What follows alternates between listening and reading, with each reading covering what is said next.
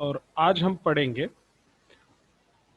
उसी का next point कि एटम्स तो हो गए, उससे मॉलिक्यूल्स बन गए, या फिर मॉलिक्यूल से कंपाउंड और मॉलिक्यूल से एलिमेंट्स भी बन गए। ये सब हमने कल पढ़ा था। अब उसके आगे जो हम पढ़ेंगे कि इन मॉलिक्यूल्स के बीच क्या फोर्सेस होते हैं जो कि मैटर बनता है अगर आगे जाकर, जिसे हम मैटर कहते हैं।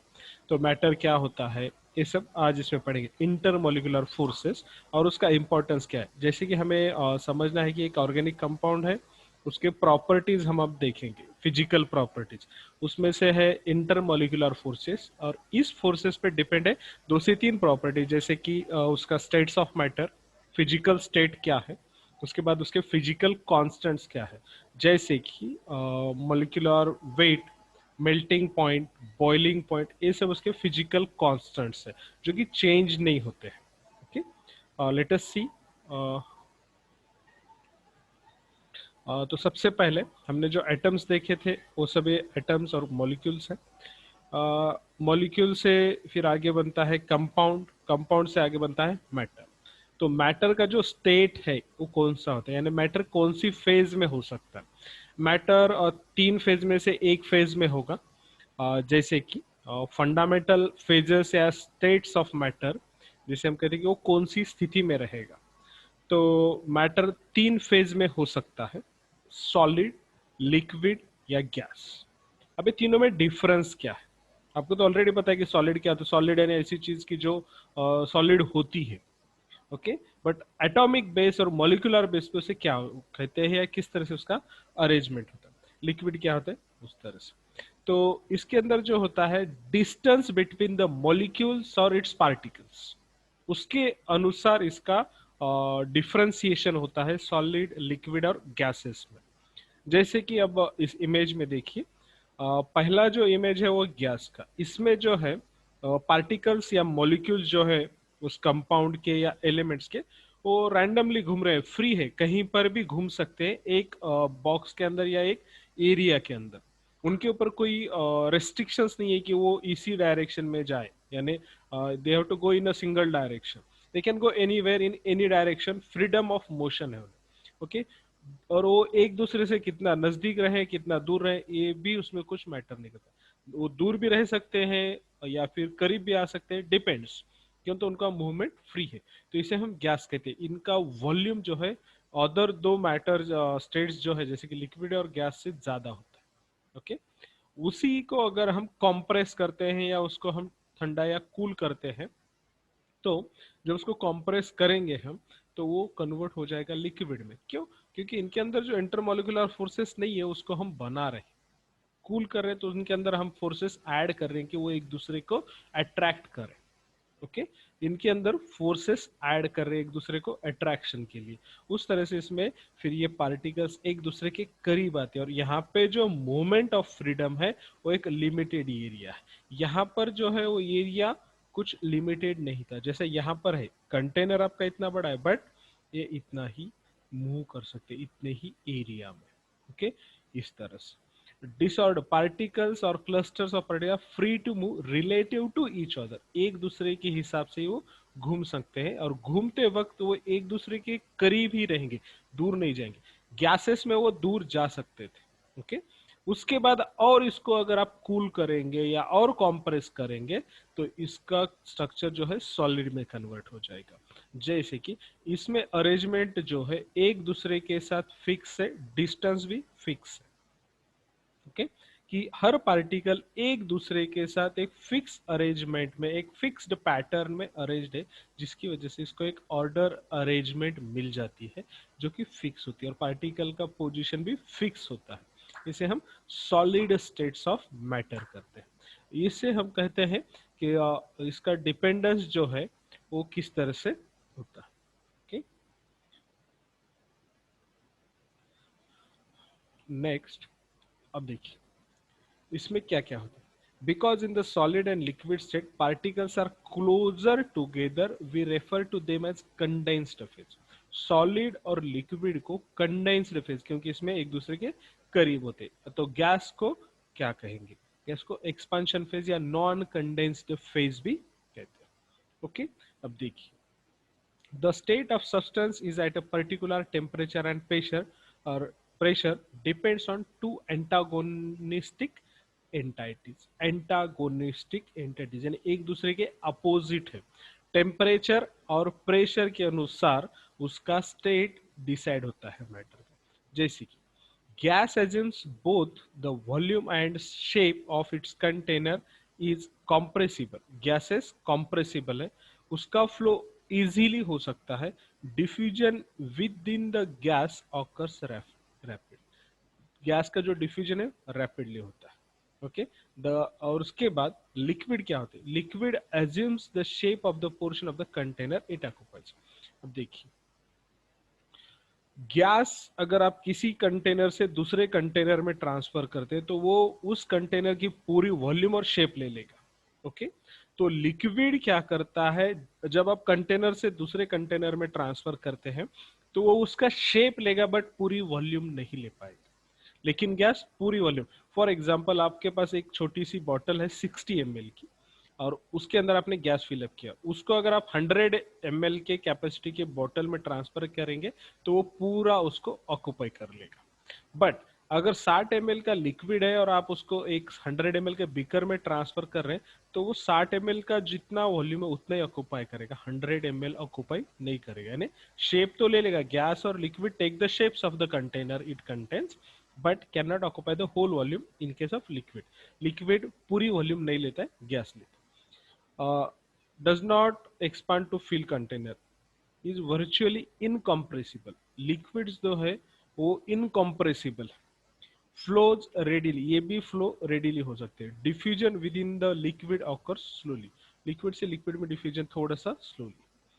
Retain its own shape and volume.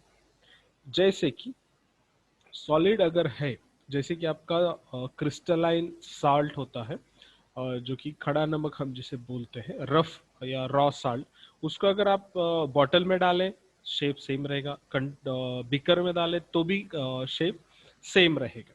Okay is virtually incompressible. इसको तो हम कॉम्प्रेस कर ही नहीं पाते. डज नॉट फ्लो, इसको फ्लो नहीं हो पाता है.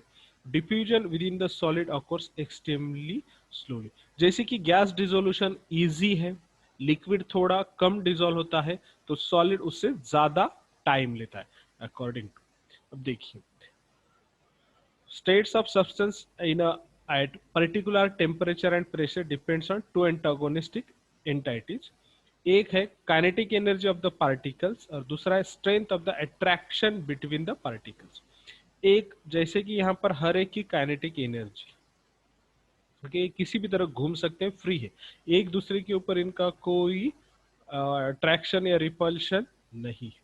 बट जैसे इनके अंदर अट्रैक्शन होगा यानी फोर्स ऑफ अट्रैक्शन और रिपल्शन ऐड होगा, ये एक दूसरे के अकॉर्डिंग मूव करेंगे. ओके काइनेटिक एनर्जी यहाँ पर कम हो जाएगी, यहाँ पर ज्यादा है. ओके तो ये दो एंटागोनिस्टिक है. जितना अट्रैक्शन ज्यादा रहेगा उतनी काइनेटिक एनर्जी कम रहेगी, क्योंकि जो काइनेटिक एनर्जी है that converts into the potential energy या उसका यूटिलाइजेशन अट्रैक्शन के साथ होगा, तो उधर उसकी काइनेटिक एनर्जी डिफरेंशिएट या कम हो जाएगी. ओके तो ये दो प्रॉपर्टीज है, काइनेटिक एनर्जी और उसका स्ट्रेंथ ऑफ अट्रैक्शन. अब इंटरमोलिकुलर फोर्सेस कैसे होते हैं. एक तो एटम से एटम मिलकर कोवेलेंट बॉन्ड या कोऑर्डिनेट बॉन्ड या आयनिक बॉन्ड बनता है. उसके बाद ये जो दो एटम के बीच ये जो बॉन्ड है कोवेलेंट हो सकता है, कोऑर्डिनेट या आयनिक. आयनिक है तो बहुत ज्यादा स्ट्रांग होगा उस तरह से. ओके अब देखिए ये है HCl मॉलिक्यूल, ये है HCl, इसमें दो एटम है, एक हाइड्रोजन एक C. Chlorine is highly electronegative, hydrogen is as compare to chlorine highly electropositive. Chlorine के साथ अगर कंपेयर करेंगे आप तो हाइड्रोजन जो है वो ज्यादा इलेक्ट्रो पॉजिटिव है, तो क्लोरीन हाईली इलेक्ट्रोनेगेटिव है इन दोनों के कंपैरिजन में. तो क्या होता है जो हाइड्रोजन है उसके नियर या एक इक्वल डिस्टेंस पर या नीडेड डिस्टेंस पर अगर क्लोरीन का दूसरा मॉलिक्यूल यानी HCl का दूसरा मॉलिक्यूल आता है तो उनके बीच जो है मॉलिक्यूल मॉलिक्यूल अट्रैक्शन होता है. ये पहला मॉलिक्यूल था ये दूसरा मॉलिक्यूल है। तो क्लोरीन इलेक्ट्रोनेगेटिव है, हाइड्रोजन इलेक्ट्रो पॉजिटिव है। जब ये दोनों एक दूसरे के करीब आएंगे तो उनके अंदर मॉलिक्यूल मॉलिक्यूल अट्रैक्शन रहेगा। Okay, just a minute.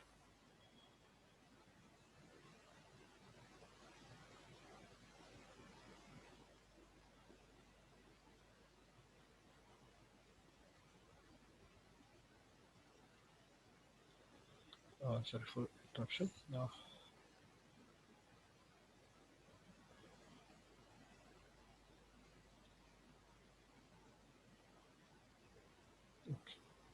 तो जो मॉलिक्यूल और मॉलिक्यूल के बीच इंटरेक्शन हो जाएगा। क्यों? क्योंकि ये नेगेटिव है, chlorine is a negative, hydrogen is a positive, तो दोनों में अट्रैक्शन है।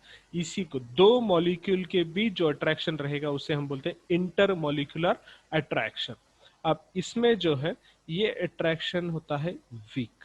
Okay, the attraction between molecules are not nearly as strong as the intramolecular attraction that hold compounds together. अब जो ये जो है स्ट्रांग है। अगर हम यहाँ पे बॉन्ड कंपेयर करें तो दो टाइप्स के बॉन्ड है। एक है इंट्रामोलिकुलर यानी मॉलिक्यूल के अंदर का बॉन्ड जो कि कोवैलेंट है, और दूसरा इंटरमोलिकुलर दो मॉलिक्यूल के बीच का बॉन्ड। ये जो है वीक है as compare to this. Okay, क्योंकि इसमें सिर्फ अट्रैक्शन है, इनमें कुछ इलेक्ट्रॉन्स का नहीं है। ये पॉजिटिव और ये negative, because opposite poles attract each other. इस फिनोमेना के अंदर ये होता है। Okay, next, sorry, the attraction between molecules are not uh, nearly strong as the intramolecular attraction that holds the compound together. उसके बाद they are however strong enough to control physical properties such as boiling point, melting point, vapor pressure and viscosity. तो इस intramolecular force, intramolecular जो bonding है weak है, but ये इतनी sufficient है या ये रिस्पॉन्सिबल या इसका कैरेक्टरिस्टिक रोल कहाँ प्ले करता है ये बॉन्ड? जैसे कि उसका बॉइलिंग पॉइंट है। बॉइलिंग पॉइंट कब होगा? अगर ये सॉलिड स्ट्रक्चर है HCl का फॉर एग्जाम्पल, तो ये डिस्टेंस कम होगा, बॉन्ड थोड़ा अट्रैक्शन ज्यादा है। ओके, इसको ब्रेक करेंगे तो ये दूर हो जाएंगे, बट अट्रैक्शन फिर भी रहेगा। सॉलिड में ज्यादा रहेगा, लिक्विड में कम, गैस में बिल्कुल भी निग्लिजिबल रहेगा। ओके, तो ये जितना बढ़ेगा उतना। तो बॉइलिंग पॉइंट होता है यानी सॉरी मेल्टिंग पॉइंट होता है यानी सॉलिड का कन्वर्जन लिक्विड में होता है, यानी जो डिस्टेंस है मॉलिक्यूल के बीच में वो एकदम कम होता है सॉलिड में, लिक्विड में थोड़ा ज्यादा होता है। तो जब भी हम इस बॉन्ड को ब्रेक करने की कोशिश करेंगे तो ये उस हिसाब से, यानी इसका जितना फोर्स रहेगा, इंट्रामोलिकुलर अट्रैक्शन जितना ज्यादा रहेगा उतना मेल्टिंग पॉइंट ज्यादा रहेगा। Okay, solid to liquid case. अगर कंपाउंड आपका लिक्विड है और उसके बाद अगर इंट्रामोलिकुलर अट्रैक्शन एकदम ज्यादा है तो बॉइलिंग पॉइंट भी ज्यादा रहेगा, क्योंकि उतनी ज्यादा उसको हीट लगेगी इस बॉन्ड को ब्रेक करने के लिए। वेपर प्रेशर, यानी जब आपके जो लिक्विड है बॉईल हो रहा है उसके बाद उसको वेपर प्रेशर जो उसके ऊपर है वो भी जितना ज्यादा अट्रैक्शन रहेगा, ज्यादा इंटरमोलिकुलर फोर्सेस रहेंगे, उतना ज्यादा वो हाइयर वेपर प्रेशर करेगा। विस्कोसिटी, अगर आपके इंटरमोलिकुलर फोर्सेस स्ट्रांग है तो फ्लो प्रॉपर्टीज को हिंड्रेंस करेंगे या फ्लो प्रॉपरली नहीं होंगे। ओके, यानी विस्कोसिटी ज्यादा रहेगा। जैसे कि ग्लिसरीन हाईली विस्कस है, और वही आप अगर आपका कोकोनट ऑयल या हेयर ऑयल लेते हैं तो उसका विस्कोसिटी कम है। क्यों? क्योंकि ग्लिसरीन के अंदर जो मॉलिक्यूल्स है वो उनके बीच इंटरमोलिकुलर अट्रैक्शन बहुत ज्यादा है। ओके, तो हेयर ऑयल के अंदर जो मॉलिक्यूल्स है उसके इंटरमोलिकुलर फोर्सेस के अंदर जो इंटरमोलिकुलर फोर्सेस वो कम है as compare to glycerine. Okay, उसके बाद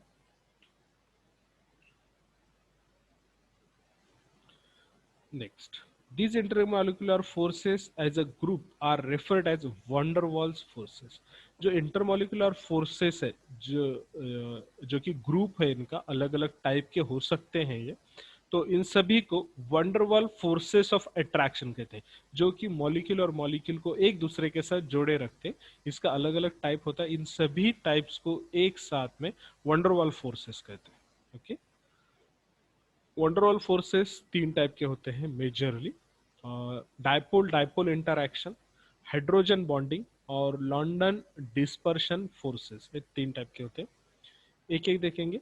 लंडन डिस्पर्शन फोर्सेस, अब जो हेलियम एटम है, electrons in the first s orbital of helium usually repel each other, but they occasionally wind up on the same side of the atom. अब देखिए, first orbital of helium usually repel first s each other, but they occasionally wind up on the same side of the atom. दो electron है, दो protons, अभी क्या होता है, दोनों एक दूसरे को रिपेल कर रहे हैं, बट ये मूव करते टाइम अब देखिए एक ही साइड को आएंगे। ओके, जैसे कि ये इसमें रोटेट होंगे इस तरह से, इसका जो रोटेशन होगा इस ऑर्बिटल में, इसका जो रोटेशन होगा इस ऑर्बिटल, यानी दोनों एक ही साइड को ज्यादातर मूव होते हैं। नेक्स्ट, अब London dispersion force at that instant then the helium atom is a polar. जब ये वन साइड को होते हैं इलेक्ट्रॉन्स, तो वो उस साइड में, जिस साइड को इलेक्ट्रॉन जाएंगे उधर होगा डेल्टा नेगेटिव, और न्यूक्लियस वन साइड होगा वो होगा डेल्टा पॉजिटिव। अब देखिए, helium atom is a polar with an excess of electron on the left side and shortage on the right side.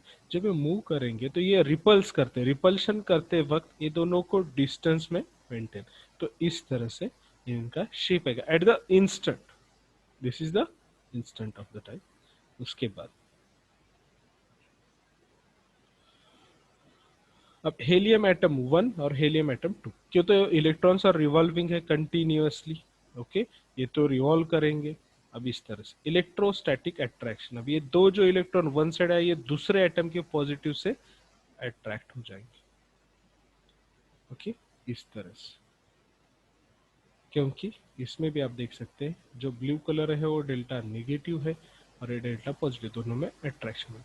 A near by helium would have a dipole induced in it as the electrons on the left side of a helium atom 2 repel the electrons in the cloud on helium atom 1। दूसरा जो atom है उसके अंदर के electron first atom के nucleus के ऊपर attack या अट्रैक्ट करेंगे, ये सेकंड हेलियम एटम के इलेक्ट्रॉन्स ये इधर अट्रैक्ट करेंगे। ओके, इस तरह से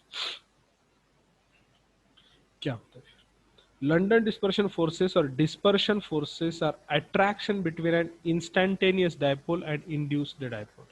अब ये इंस्टेंटेनियस और इंड्यूस्ड डायपोल इस दो तरह का, ओके, इसके बीच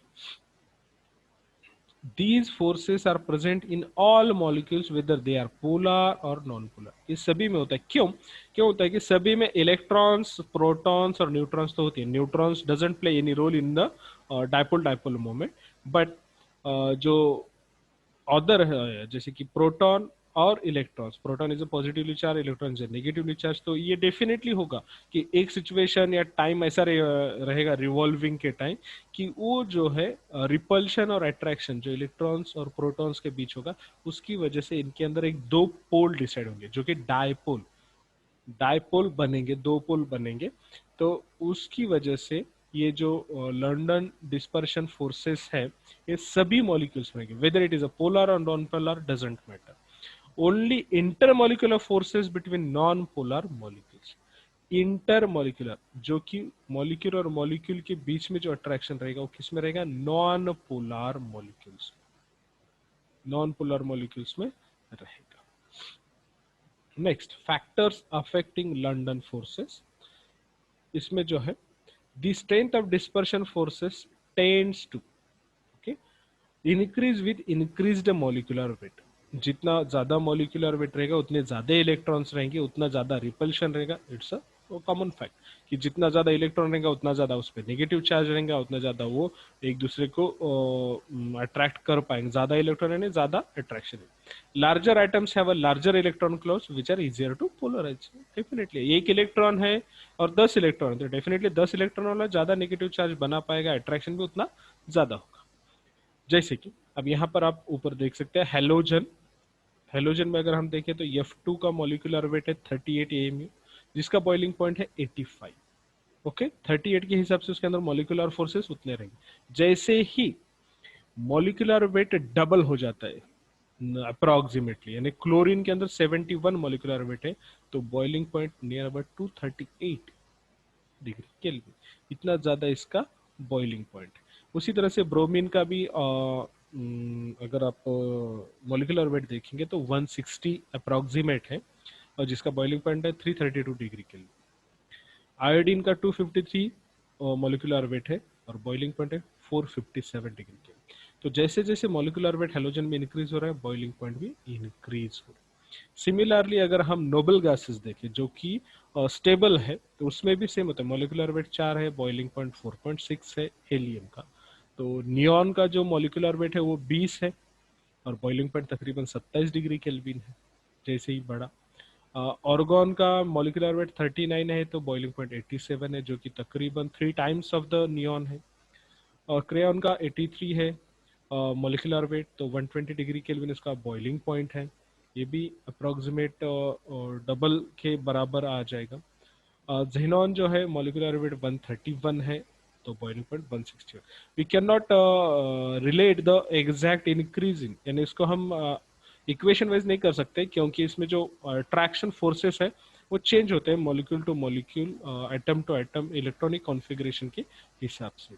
सिर्फ इसमें इतना कहने कि मॉलिक्यूलर वेट बढ़ेगा तो डेफिनेटली आपका बॉइलिंग पॉइंट या इंटरमॉलिक्यूलर फोर्सेस भी बढ़ेंगे, क्योंकि जितना ज्यादा molecular weight depends on the electron, number of electrons, number of protons.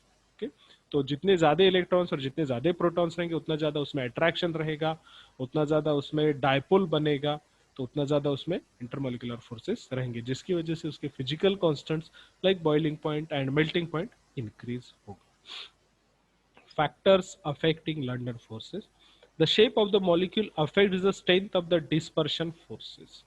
Shape भी डिपेंड करेगा, क्योंकि अगर वो क्लोजर आता है इलेक्ट्रॉन्स तो ज्यादा फोर्सेस लगेंगे, और अगर दूर है तो उतना कम फोर्सेस लगेंगे। Okay, long skinny molecules tend to have a stronger dispersion forces than short fat ones. This is due to increased surface area. Skinny molecules यानी जितना ज्यादा लंबा रहेगा उतना ज्यादा फोर्सेस उसमें ज्यादा रहेंगी। ओके, और जितना फैटी या ग्लोब्यूल टाइप रहेगा उतना उसमें कम रहेगा। जैसे एन पेंटेन और नियोपेंटेन को अगर हम कंपेयर करें, एन पेंटेन और स्ट्रेट कंपाउंड है, ओपन चेन, तो इसके फोर्सेस इस तरह से ज्यादा रहेंगे। अगर वही हम नियोपेंटेन देखते हैं तो सब एक ही कार्बन के अराउंड है। यहाँ पर 3 कार्बन सेपरेट देख सकते हैं जो कि ब्लैक कलर से बताए हैं, और 500 कार्बन। ओके, एन पेंटेन, उसके ऊपर की ये हाइड्रोजन। ओके, तो इस तरह से ये अरेंजमेंट रहेगा। ओके, तो इसका जो बॉइलिंग पॉइंट है 309 है, तो नियोपेंटेन का 287 है। क्योंकि इसमें ज्यादा इंटरमॉलिक्यूलर फोर्सेस काम कर रहे हैं, तो इसके लिए जो एनर्जी लग रही है वो ज्यादा लग रही है, इसलिए इसका बॉइलिंग पॉइंट ज्यादा है, 309 डिग्री केल्विन है। तो नियोपेंटेन की वजह से ग्लोबुलर है, इसमें सरफेस एरिया ज्यादा मिलता है क्योंकि ये लंबा है। अगर वही सर्कल फेज में होगा तो उसमें सरफेस एरिया कम मिलेगा, जिसकी वजह से ये नियोपेंटेन का बॉइलिंग पॉइंट अप्रोक्सीमेटली 9 और 20 तकरीबन 30 डिग्री केल्विन का डिफरेंस है। Okay, same molecule, number of atoms और टाइप ऑफ एटम्स सब सेम है, कार्बन सेम है, हाइड्रोजन सेम है, सभी इस तरह से। Okay, next, dipole dipole interaction. अभी ये तो डायपोल क्या है या तो आपको पता चला है। अब जैसा इनके बीच क्या इंटरेक्शन होता है,